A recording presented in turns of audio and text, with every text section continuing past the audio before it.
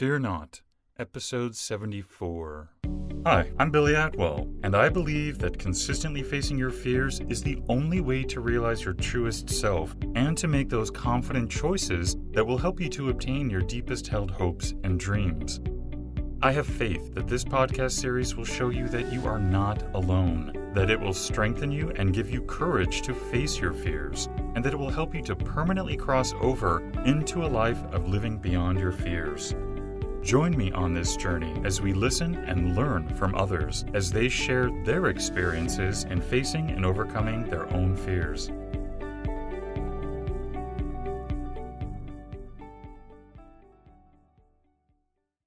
Hello everybody, today you and I are going to be joined by Yuri Mello. Welcome Yuri, how are you today? Hey, I'm doing really well. How are you? Thanks, Billy, for having me over. Yeah, and I'm doing pretty well myself, and I'm looking forward to having you on the show today. Yuri is a licensed clinical social worker who lives in St. George, Utah. He is the owner of a private practice and has been a private clinician for the past 13 years.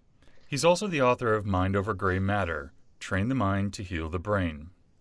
As a private clinician, he is fascinated with the science of fear and how to override that powerful mechanism within us. His obsession has taken him to teach his clients how to interact with fear in a more productive way. Yuri, could you take a few minutes to fill in the gaps and maybe also give us a brief glimpse of your personal life? Absolutely. So I'm married. I have 5 kids, all the way from 16 to 5. 2 older girls, 2 boys in the middle, and one queen at the end, Layla, who's 5 years old, and she pretty much rules the household. My wife, we met at college. We married. I think we've been married now for 18 or 19 years, and honestly, she is in a large part the inspiration behind the book, and really has been my greatest supporter. So I'm grateful for that. As far as work is concerned, I'll just talk a little bit about kind of this concept of helping to change people's interaction with fear, and how I've kind of engaged in this process of taking people through rock climbing and bouldering, some of these other experiences that usually, as a general, evoke a significant amount of fear. The purpose there, of course, is to view fear as a relationship, is to view it as an interaction. And I think the moment that we begin to view it as that, meaning as something that is occurring within us that we can interact with and negotiate with, that begins to change our relationship to it. And then it ultimately begins to change the way we feel about it. I think the greatest challenge for us is that fear is just this immensely powerful emotion that has the capacity to completely overtake us and just rule over us. For individuals that I work with, with significant anxieties, OCD, panic-related disorders, that is the case. Fear is driving their actions. They're no longer, in a sense, in control of what they do. Fear makes most of the decisions for them. And so part of therapy, whether it's here in the office or whether we're heading out and doing something just extraordinary on the rock, has as the main goal to do that, is to observe fear, to see the inner workings of fear. Number one, to recognize that there is a helpful side to fear, and utilizing that, but then recognize that there's also this kind of, I guess I would say it's a paralytic almost component to fear, which can completely just stop us in our tracks and wreak havoc with our lives. So that's kind of the main intent, is really learning how to utilize fear in a positive way, in part by diminishing the intensity with which it's like impacting us internally. Because when fear is running full bore, it's it's very difficult to think or to be clear-minded or to be rational at that point, because at that point we have entered this very biological and organic, very primitive part of us, that at that point pretty much tells me, Yuri, hey, Yuri, I've got it from here. I'll take it from here. You no longer have to take it. And so the process here is to teach people how to retake that process over, basically, in a sense, communicating to their brain, hey, actually, it's okay. I've got it, and I can take it from here. Obviously, that's easier said than done, but it is possible over time. Yuri, would you help us to understand what fear is a little bit more specifically and how we might be able to recognize when it's coming against us? Absolutely. So I think a good way to understand that is to recognize that perhaps there is a duality to us. We all have a brain, but in essence, a brain is only part of us. It's not necessarily who we are in totality.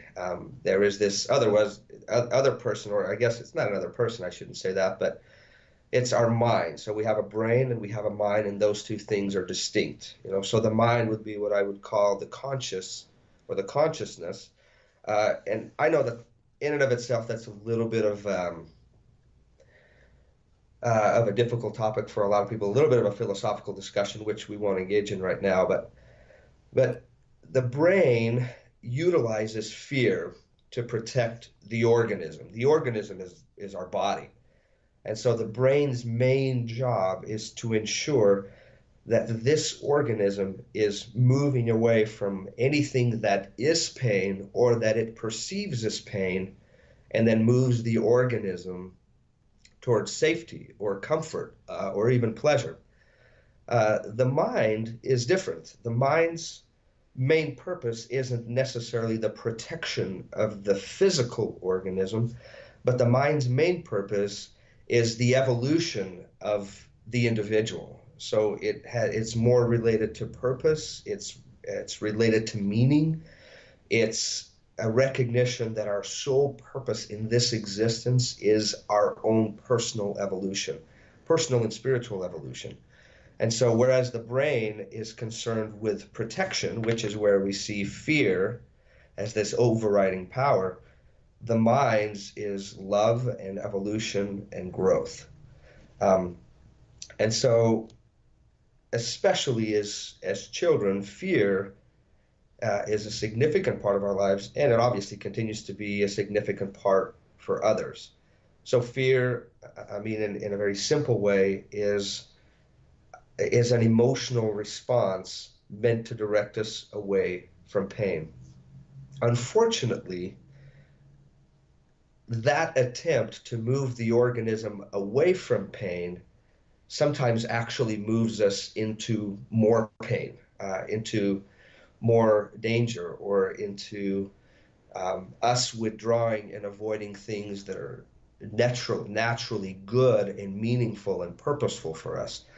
And that's why this interaction works or is so critical, in part because I just believe that fear, I mean, if there's a top three of emotions, fear is number one or number two. It's just so powerful and it can evoke so much within us.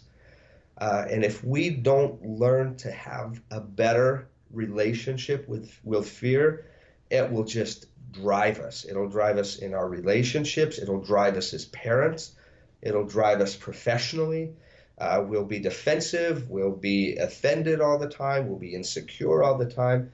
And all of these things are just driven by fear and the myriad of thinking errors that fear usually employs, such as generalizing, such as seeing things in a black and white way, seeing things in a very catastrophic way, which is the very common, what if type scenarios.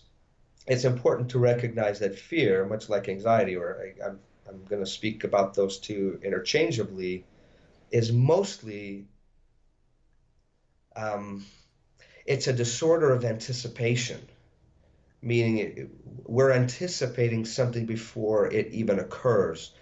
And the brain is so magnificent, it's so powerful that it can literally take something that is not even occurring, and it can make it so real that the body will begin to respond as if it is real.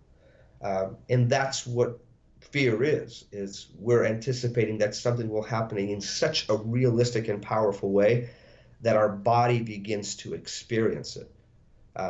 The process then of doing what I talk about in my book, which is to train the mind right? Which is this conscious part of us, this mindful part of us, to observe the workings of the brain and then slowly and over time, and really kind of in a gentle and compassionate way, to change in a biological way the functioning and the way that the brain responds to situations. Would you mind sharing one of those exercises or methodologies that you use so that we can interact with fear and turn it around in our favor? Absolutely. Let me give you an example. So, um, hypothetical scenario, let's say I take somebody up to the rock. The rock is just what I refer to, when I take people rock climbing or rappelling. I'll take people to do rappelling, I mean, off about 120 foot cliff, uh, face forward is what I call commando or Aussie style rappelling. Now, an experience like that pretty much goes against everything your brain has ever told you to do in your life. Walking off a cliff face first is pretty much the last thing the brain would want to do. So the when an individual first approaches an opportunity like that, right? So they're up on top of this cliff, 120 feet over the edge. I mean, obviously they're tied into a rope and they have a harness. Everything is absolutely safe. But just beginning to move over that cliff immediately clicks on this alert signal from the brain. Basically, it's like a car alarm. Ba, ba, ba. Stop. Don't do this. So at this point, I begin to interact with the individual, in a sense, reassuring them, number one, that everything that they're doing is perfectly safe. I've done it with a million other people. I demonstrate it, so I let their brain, in a sense, see that it's possible, to see that it's safe, to see that everything that's going to happen is going to be okay. And then I kind of coax the individual, in a sense, to use their mind to override this very primitive and biological response within them that at this point is screaming, saying, don't, don't you dare do this. Don't you dare go over the edge of this cliff. And so this is just a very quick example. Well, let me give you another part of this is obviously as we do this over time, we may even start off at, I don't know, 10, 15 feet, then we'll go up to about 30 feet, then we'll go up to about 70 feet, and then we'll end up doing this, at that large, about 120-foot, beautiful cliff here in southern Utah. The idea there is that we have to be exposed. One of the central features of fear or anxiety is avoidance, meaning once again, whatever the brain perceives as dangerous, it avoids. And so to conquer those fears, to override those fears, in a wise way, we have to not only expose ourselves to that fear repeatedly, in a sense, to train the brain, to let the brain know that, hey, this is okay. I do this in a safe way. It's fine. You don't need to respond in this hyperactive manner, right, and create this tremendous panic inside of me. You can respond to this instead of, on a scale of 0 to 10, instead of reacting at a 10, you can respond at about a 3 or a 4 or a 5, where I'm going to be attentive and watchful and do things in a cautious way, but we don't need to be over here at 10 where I can't breathe, I can't speak, I'm crying, my legs are completely paralyzed. Um, and people's hands feel tingly, they feel like they're going to throw up. I mean, the multitude of responses that people experience when they experience high levels of fear is amazing. It's amazing what fear can do to the individual. It's really a phenomenal thing, which is why I think I've been so fascinated by it and why I write so much about it in my book and how to overcome that. Because, like I said, it can so quickly overtake us and just create havoc, especially in our relationships, because I feel like those areas of our relationship demand so much mindfulness from us instead of what I would call brainfulness, which is just kind of this primitive organism that just repeats these patterns that oftentimes aren't very useful and haven't been for many, many years. The thing that I noticed when you were explaining that is you're doing these series of small steps that gradually, lead to larger steps. That seems like that's a pretty important component in addressing fear. Absolutely. It has to be because, uh, once again, viewing me and fear as a relationship, think of it almost like this is viewing you and fear, view that relationship almost as the relationship between a teacher and a child. So imagine a child, for example, that is scared.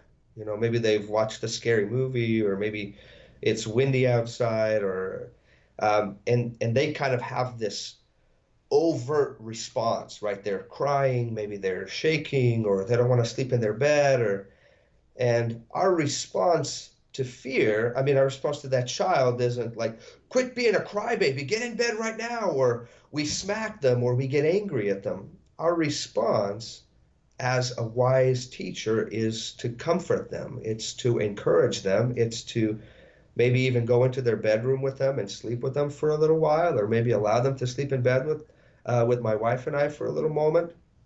And so think of your relationship to the brain like that.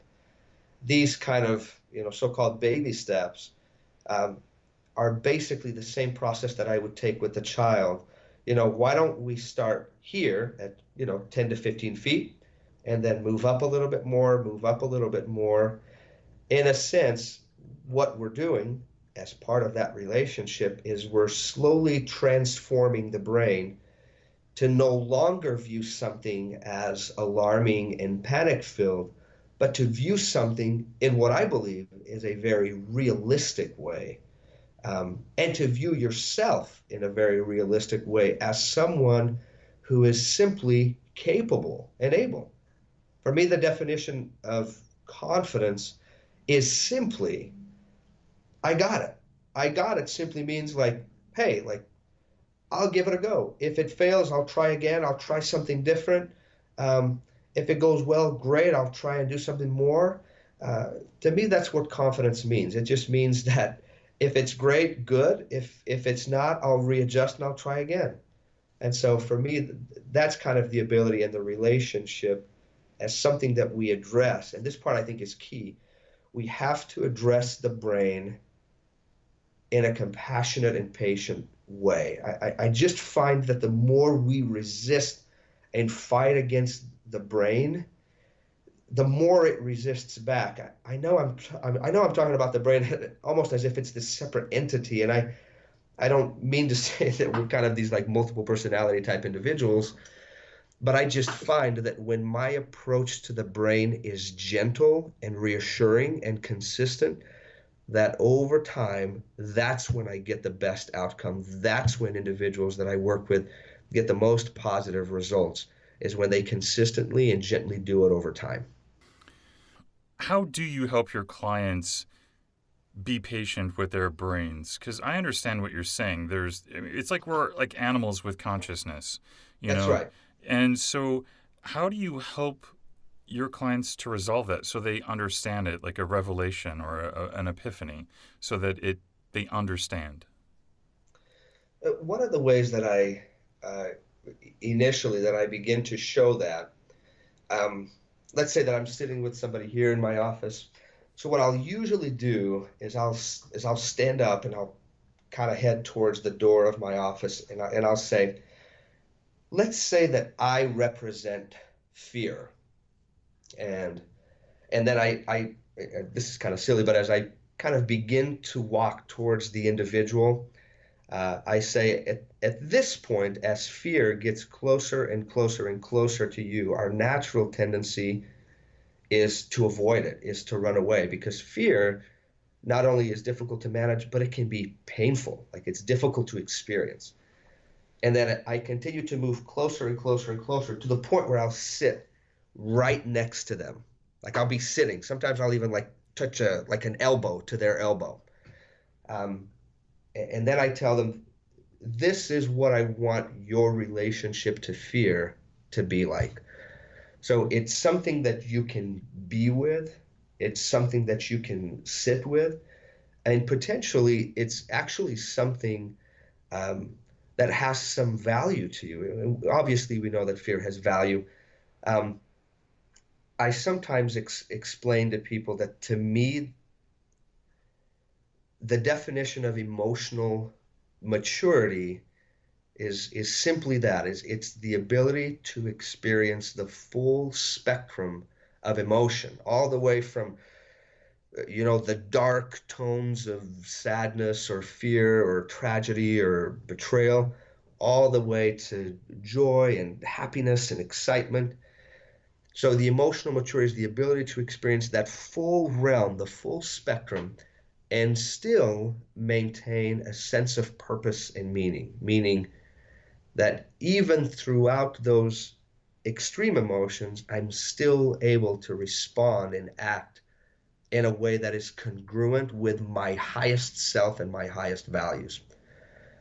And so I teach them to be compassionate. I teach them to sit with it. I teach them to not go to war with fear.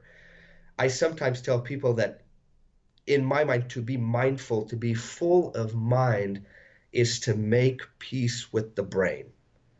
And I think sometimes we think, right, we've got this, like you said, this animal inside of us, right, that we're trying to kind of tame, that we're trying to kind of beat into submission. And I find that that technique just doesn't work. I mean, even within, say, some cognitive type of therapies, there are some kind of thought stopping techniques. And that's potentially useful as those are to some individuals. I don't believe that they're the most useful, because I think that once again they imply this concept of I'm at war with myself. I'm at war with my brain. It's like a chess match and I have to win.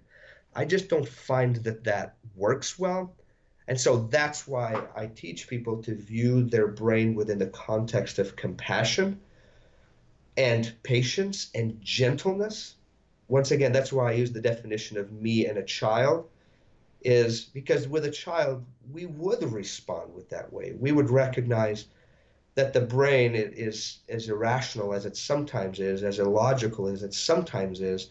It's merely doing what it's been taught to do. It's basically been doing what it feels has been the best thing for it. Unfortunately, we now, as more mature adults, we can look at some of those patterns that the brain has created over times: insecurity, defensiveness, anxiety, some symptoms of depression, viewing failure as a negative thing, viewing people as scary and dangerous, life as hopeless. And we can now begin to recognize that, hey, like these patterns of being are useful to me. Like these, and maybe at some point in my childhood, they served me, they protected me from harm, but they no longer need to be running. So, in a sense, it's think of this interaction between you and your brain almost like an upgrade, like you're upgrading the system, kind of like how your phone gets an update every once in a while and you got to wait for all that new stuff to download. Think of it like that. Think of think of almost kind of like a software upgrade that in the end ends up affecting the hardware of the brain. So I don't know if that answers the question, but that's how I would get people to view their brain in a compassionate way instead of in a warlike sort of way, which I think ends up kind of like that old cliche, whatever you resist persists. Well, I find that that's very true with our brain. Yuri, if someone would like to connect with you and learn more about what you do, what's the best way for them to do that? The best way for them to do that is, I mean, they can text me anytime. Actually, I'll just give you I have a professional texting number, so you can just text me there. And that's 435-319-0347. I do obviously sessions here in town, and then I do some online as well. You can also email me at yuritmello@gmail.com. It's a hard name to spell. Maybe you can have a link there to, because I don't think anybody would guess that It's IURITMELO@gmail.com. I also have a website by that same, yuritmelo.com, where people can go. And of course, my book as well. I mean, you can purchase that on Amazon, Mind Over Gray Matter. You can either purchase that as a paperback or as a Kindle book. And Yuri, what parting advice would you like to leave with us today? What I would tell you, in regards to fear, anybody out there who may be, experiencing high levels of anxiety, probably the most crucial thing that people can leave my office with is the simple understanding and realization that there's hope. And I hope that doesn't just sound cliche, because I feel like a session with me is successful when somebody can leave here hopeful that they can do something about their fear and anxiety. And it's totally true. I often kind of joke with clients and I say, anxiety disorders are my favorite disorder to work with. And sometimes people say, yeah, that's because you don't have it, Yuri, and they're probably right. But I say that simply because I feel like we're malleable in that respect. I feel like you can take something as difficult as managing an emotion as fear and as anxiety, and I believe that by changing things at a deep level, and I mean deep level as an ideological and philosophical level inside of you, like your own personal code, your personal commandments per se, as you begin to change those, it changes the way you think, it changes the way you feel, and it ultimately changes the way you do. I mean, this is a pretty simple cognitive pattern, but it is powerful. And when we do the work at an ideological level, then large changes long-term take effect. Even the change that you and I talked about, which is kind of this biological transformation that can occur within. So that's what I would say. There's hope. Absolutely there's hope. And that's not a gimmick. That's not a sell point. It's just the real deal. Absolutely there is. Well, thank you for sharing that. And Absolutely. I want to let everyone know, too, that Yuri has generously donated a copy of his book, Mind Over Gray Matter. So if you'd like an opportunity to win that, visit the giveaways page at livingbeyondyourfears.com to submit your free entry form today. Yuri, I want to thank you so much for coming on the show. You've been really generous with your time and your knowledge, and I really appreciate you coming on. Billy, it was a pleasure. I appreciate the invite. Thank you for joining me today. And remember, you cannot achieve everything, but you do have the God-given ability to achieve anything. So stay focused, out of fear, and keep on keeping on. Until next time, be well and peaceful. For more information on today's episode and guest, or for resources that will assist you in overcoming your fears, visit livingbeyondyourfears.com. And don't forget to subscribe to this podcast, where 3 times a week we move to a life beyond our fears.